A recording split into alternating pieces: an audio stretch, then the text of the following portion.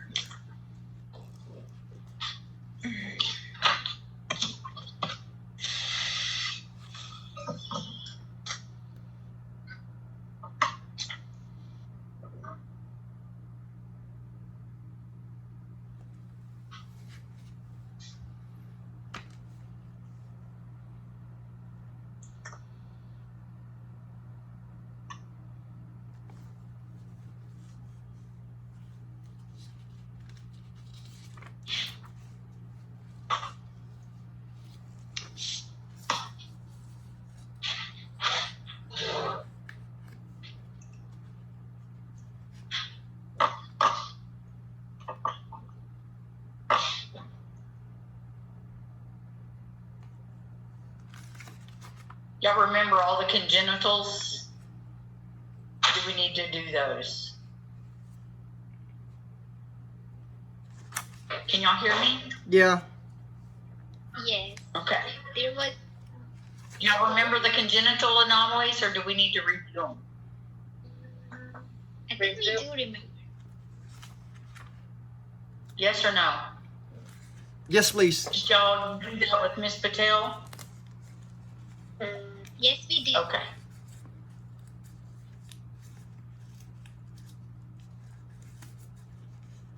Y'all know about sludge.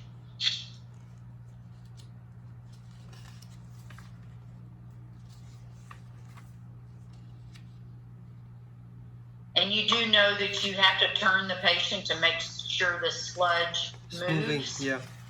Yeah. Because if it doesn't, it could be a cancer. Yeah. It has to move. What is it? What is it called? A tumefactive sludge? Is that the one that's it's not? It's solidified sludge. Which like this? Tumefactive, something like that. Yeah. Tumefactive sludge. Yeah. Okay. And you've got to The difference make sure that between- it moves, and it will move slower. So sometimes if you shake the patient, that'll help it move also. You've got to make sure it moves. Cholelithiasis, that can be gallstones. We have one of them in the class. Is it getting any bigger, Lauren, or is it staying about the same? So I stopped eating ice cream because I eat a lot of ice cream and You stop eating ice so I'm hoping because I was reading and I love feta cheese and I love ice cream and I'm assuming that's the cause of my gallstone. Oh, okay. Yeah, now I had a patient years and years ago that took some type of a concoction and a homeopathic thing, and her gallstones were gone. But I don't remember what it was. Or what? Wow. Well, I'm hoping it won't grow. But is it true you can shrink them with olive oil and lemon, I think? Yeah, I know it had all olive oil. I think. Okay.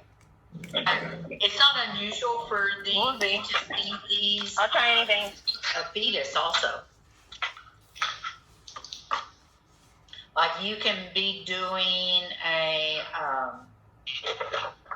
your ultrasound. A fetus can have a gallstone? And they can have gallstones. Oh, wow. Yeah, but they usually pass them because they aren't calculi yet, but they are cholesterol, like a cholesterol ball.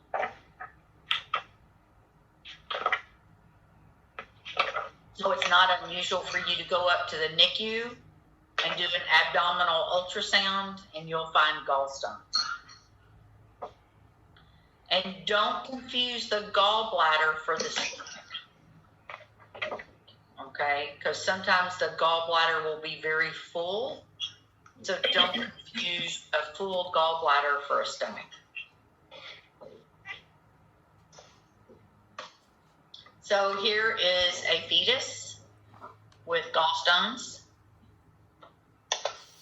See, it looks like it's gravel right here. And so this is on a child, and this is on a fetus.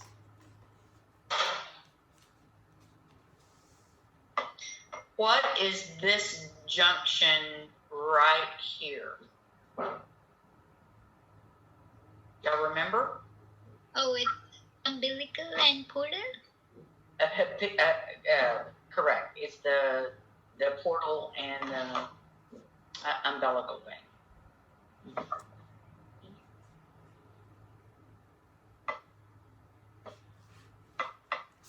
Let me get this off. So acquired diseases such as cholelithiasis is they come from a lot of the food that we eat. Whenever I was in ultrasound school, I worked with a girl that she flew home every weekend to the valley. I think she was in Arlington, and it wasn't unusual for her to do 40 to 50 gallbladders in her shift. She worked a weekend shift, and there at her facility, when they ordered a gallbladder, it was just gallbladder, portal vein, and common bile duct.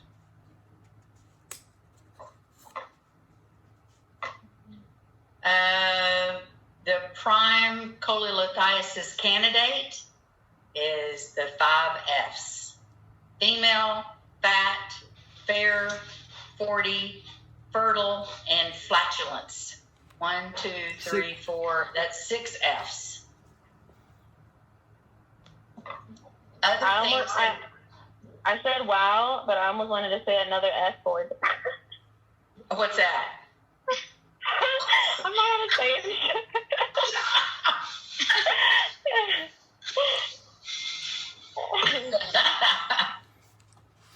Courtney, can you turn down the air a little bit? Are you cleaning out the pantries? Yeah. Good job. Yeah? I heard Mr. Frank that we should eat like fiber-rich diet. We should have to avoid the gallstones. Correct. That's what they say. Right? Mm-hmm. Yeah. So that's But most of us like steak and potatoes. So if you eat steak and potatoes, or think about what do they mostly eat in the valley? Everything's on a flour tortilla, right? Just about. Okay. And it's usually meat and a flour tortilla. That sounds right. Because when I was in California, my housekeeper, they lived in the servants' quarters, and she would get up every morning and make flour tortillas. Wow. Every morning to send her husband to work. And her kitchen was underneath my bedroom. So I'd wake up hungry every morning.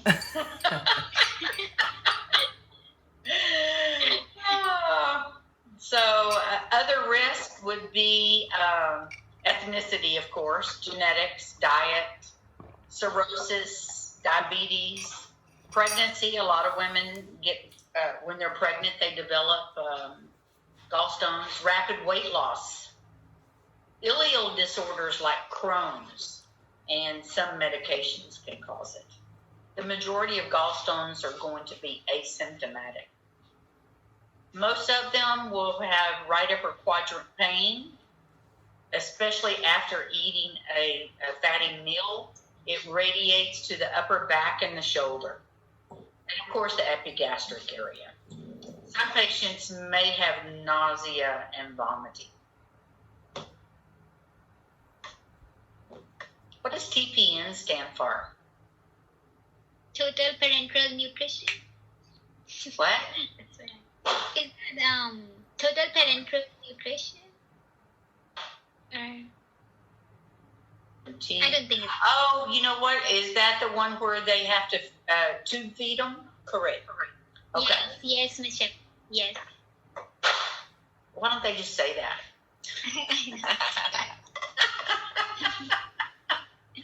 So gallbladder disease, it can mimic a heart attack because you have the epigastric pain and it causes chest pain. You can have an elevation of AST and ALT, and if you have an obstruction, then you will have an elevation of jaundice, bilirubin, especially if the CBD is obstructed. Now, you can have an obstruction in the cystic duct. Normally, we don't see the cystic duct because it's too small. The cystic duct connects the gallbladder neck to the common duct. And at that point in time, it's called the common bile duct. They can go in and do a ESRP, and they can go into the stomach and into the duodenum, and they can actually look and see if there's gallstones at the common bile duct and the pancreatic duct.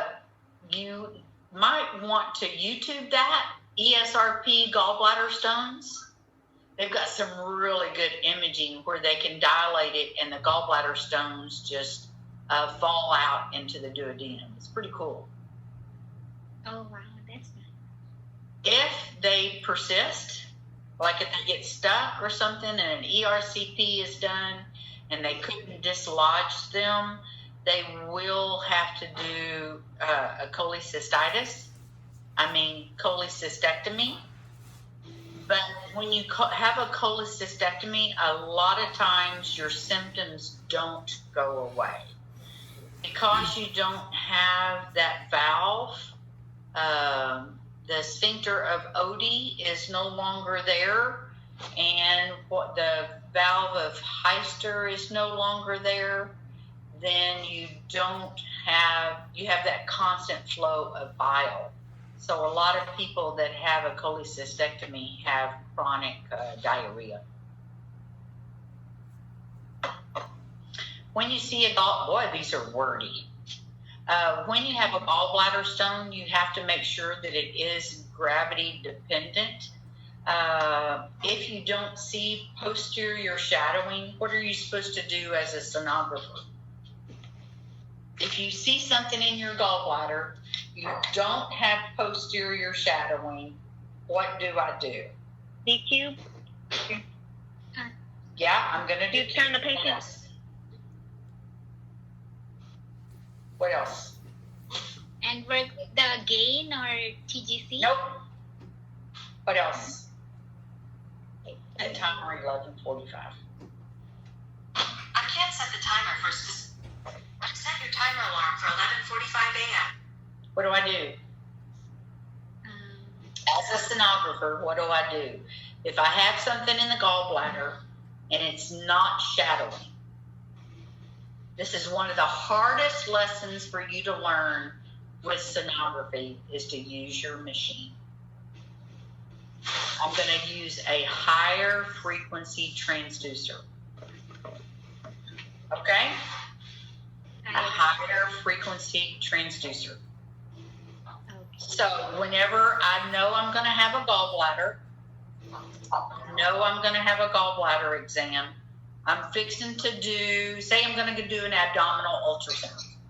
I don't know what size the patient is. I just know I have to do an abdominal ultrasound. The transducers that you're going to have available to you, or you're going to have the 3 curved, you're going to have the 5 curved, and you're going to have the 7 linear. always on your machine, ready to go. Because you never want to change your transducers in front of the patient because that scares them. So try to have your transducers all available for your exam. What did you say about high frequency transducer? You're going to go to a higher frequency transducer. Why? Because the higher frequency transducer is more sensitive and Okay. it will show shadowing. Okay. We've got to do everything that in our power to prove that it shadows. Because if it doesn't shadow, it could be something else. Okay? I'm going to have the 3 or the 2, what is it, a 2.5 transducer, because I don't know if my patient is going to be fat or skinny. I'm going to have the highest curved transducer I have in case I have a stone that doesn't shadow. And then I'm going to have my 7 linear, which is the highest that I can use on the abdomen. I'm going to decube my patient to bring the gallbladder closer to the skin. And that will be my last one. If it's a really thin patient, you can use a 12. You have to show that those stones are shadowing. The 12, you mean the curvy line or linear? The linear is going to be your last choice. Okay. The linear is, you're going to try to go your highest curved transducer first before you go to the linear. Because most of the linears don't go very deep.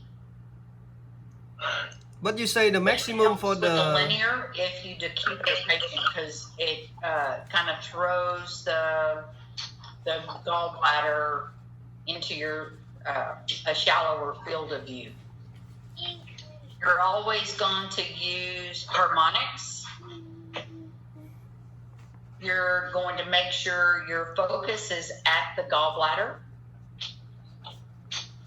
You're going to use your TGC to get rid of what artifact?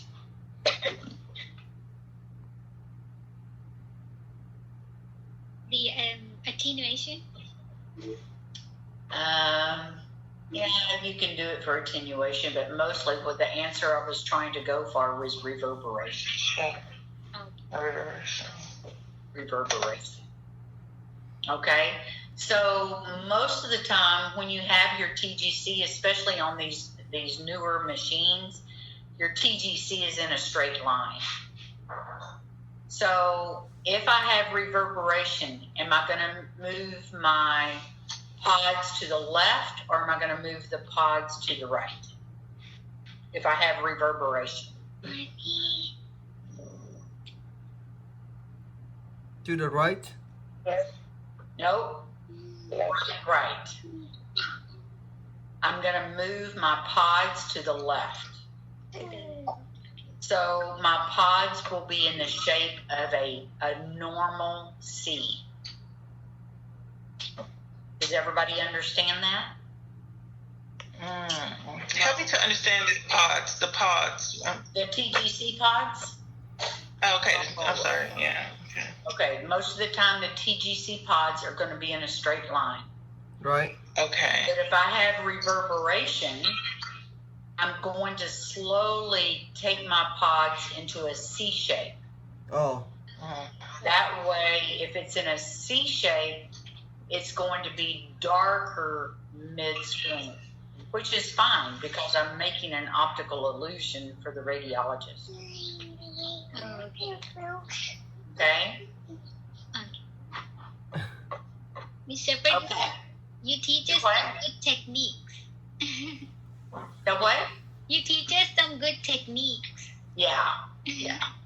Because I want y'all to be better than I am. Yeah. You know? You have so Okay. much experience and we learn so much from you. Oh, thank you. Okay, so here is a gallstone in the fundus, and we do have posterior shadowing. We don't have cholecystitis on this exam. How do I know that? Oh, the wall is Good. That's exactly right. I have a normal wall. I'm not worried about that wall at all. So I know my definitive diagnosis is just going to be cholelithiasis. yeah. Okay? And B, we have small stones that are in a thicker sludge. Some of those stones, I have posterior shadowing. And the rest, we kind of call this debris inside of the sludge. This is what happens. Bile gets stagnant, and as it gets stagnant, it gets thicker. Think of milk sitting out on the counter. It gets stagnant first, right? And then it gets really, really thick. And by the time you find it in your daughter's bedroom, it's just a glob of cottage cheese. The same thing happens with sludge. It's going to get thick before it gets solid. And as it gets solid, and that's when we develop gallstones. The older the gallstone, the more hyperechoic it becomes. And this one right here, you have tiny stones that could exit through the duct because they are so small. So it's important for us to open up this neck, especially if we see something bright right here, because you can also get those stones embedded into the neck at the cystic duct. What I'm going to do with this patient, I am going to turn that patient LAO. Well, first I'm going to turn them prone, and then I'm going to shake them. Okay, and then I'm going to roll them up into the LAO position, and I'm going to scan with them as prone as I can to see if I can move this stone right here. Okay, here it is again. You've got multiple stones that probably are going to be too big to exit through the cystic duct, but I'm going to make sure that I put all of them at the fundus in the acute position before I turn in my films. Here I have stones of varying echogenicity. I have stones in echogenic sludge. I have a stone in echogenic sludge. I'm going to make sure that this all moves, right? Because what if this is a cancer? I'm also going to put color on that. What else do you see in this image right here? What do you see? Spidey? What? Increase echogenicity. No. I have stones, so I have posterior shadowing. Sludge and Dilated ducts. I have a dilated duct. Do you see that? yes. Because here's my portal vein. Here's my hepatic artery. And look how big this is right here. Does it look like it's going to, I'm going to give this measurement here, and I'm going to give this measurement here. This right here, I'm going to move the patient so I can see if I can open this up all the way to the head of the pancreas. Because is this something in the duct? Yeah. I don't know. I've got to go check it and see. Okay. Can there be a stone in the pancreas? The head of the pancreas? Yes, you can get a stone at the head of the pancreas. It can actually get stuck. Because remember, CBD goes through a groove on the back of the pancreas before it goes through it. And it can get stuck right there at the ampulla. That's my job as a sonographer. What do you think about this wall? It's sticking. Yeah, it's inflamed. It's going to be a little bit Inflammation? thick, right? Yeah. Okay. Now, some sonographers, they're going to measure the wall here, here, here, here, here, here. Okay? So get into the habit of always measuring your wall. Okay? Now, myself, I only measure the wall when I feel like it's abnormal. And if I were to go back into the clinical setting today, I would have to change my habit. Because now they're used to dictating the measurement of the wall. Okay? Whenever I was in the field, they only gave you the wall measurement if it was abnormal. Where now they give you the wall measurement whether it's normal or abnormal. So I would have to put a note on my machine to make sure that I remember to measure that gallbladder wall. Old habits are hard to break. So if you develop good habits now, then you won't be in the shape that I'm in if I ever have to go back into the clinical setting. Ms. Shepherd, so Yes. for the radiologist, you wouldn't document cholelithiasis, right? Because that's given a diagnosis. I wouldn't what? You wouldn't document it as cholelithiasis. Oh, no.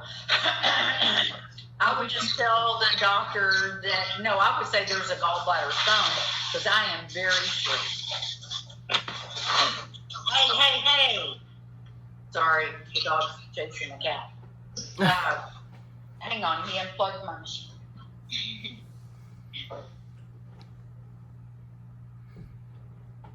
Piper, stop.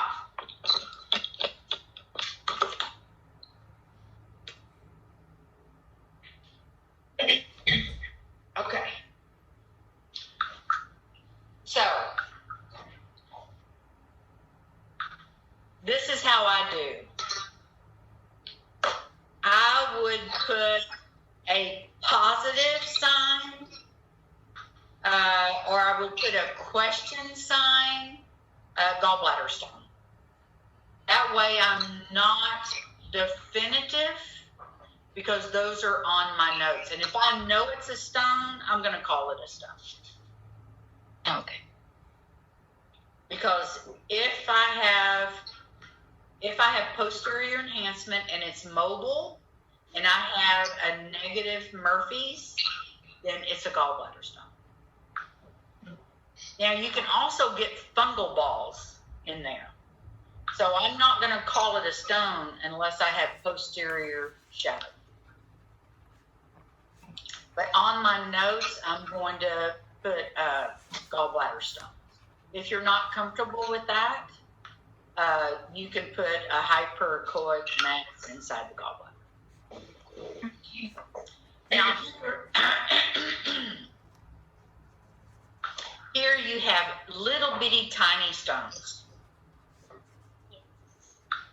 So here, they could be mistaken for bowel because what's posterior to the bowel, anterior to the bowel and posterior to the bowel would be the hepatic flexure, right?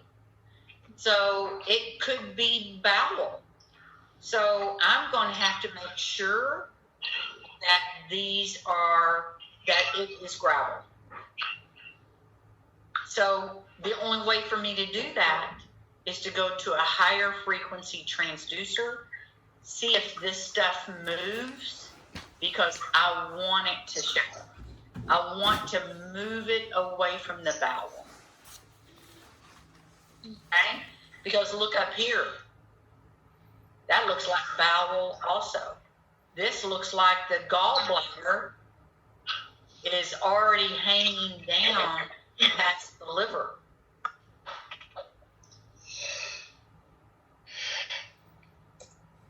So here is gallstones. They're layered out, but look at this wall. What do you call that? I'm going to give them two measurements, right? I'm going to give them this measurement, and I'm going to give them this measurement. Pericholecystic fluid. Pericholecystic fluid.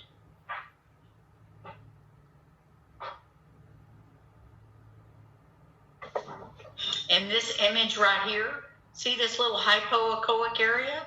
Mm-hmm. Okay, I've got to make sure that that's not ascites. And look at the gallbladder. It looks like it's over 10 centimeters. So you always want to measure the length of the gallbladder. If it's over 10 centimeters, you have hydrops. Is that okay to have a little artifact in there? Except for What? An artifact? Yeah, in the picture A, the little Picture A, this is reverberation. Yeah, we need to get rid of it, right? You need to get rid of that. And I would get rid of that because I'm going to go to a higher frequency transducer. Okay. Okay? I have to go to a higher frequency transducer because is this bowel or is it gravel? I don't know. Because see how it kind of attenuates posterior to it? So I've got to find out why it's doing that. Here, I definitely know because they're bright and I have posterior shadow.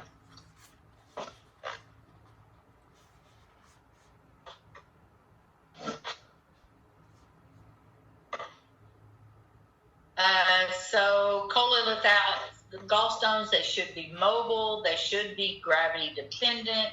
You should have an echogenic foci within the gallbladder lumen with posterior acoustic shadowing.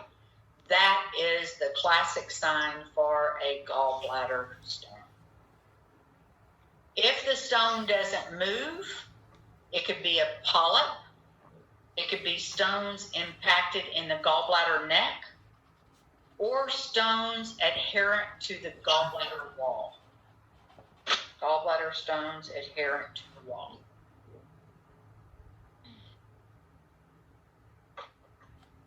Okay, this patient is in a supine position, and then this patient is in the left lateral DQ. And you can see that the stone is mobile. With every patient, we always put whether it is a positive or a negative Murphy sign. A positive or a negative Murphy sign. You have the patient taking a deep breath. If they stop when you push, and you will usually hear a like that, then it is a positive Murphy. If they don't react to you pushing on the gallbladder, it's a negative Murphy. As a beginning sonographer, never do a positive Murphy without someone checking you. A positive Murphy will usually go straight to surgery. Okay?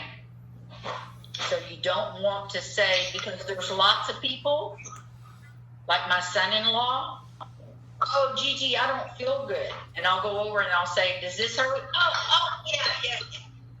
And then I'll touch him 10 other places. Yeah, he's like that on every touch. Okay? So read your patients. So if you think it's a positive Murphy, go down into the left lower quadrant and push there and say, does this hurt? And if they do, then you know. Okay? So here is a right lateral DQ patient. So I'm scanning from the left side, not the right side. Okay? Because I turned the patient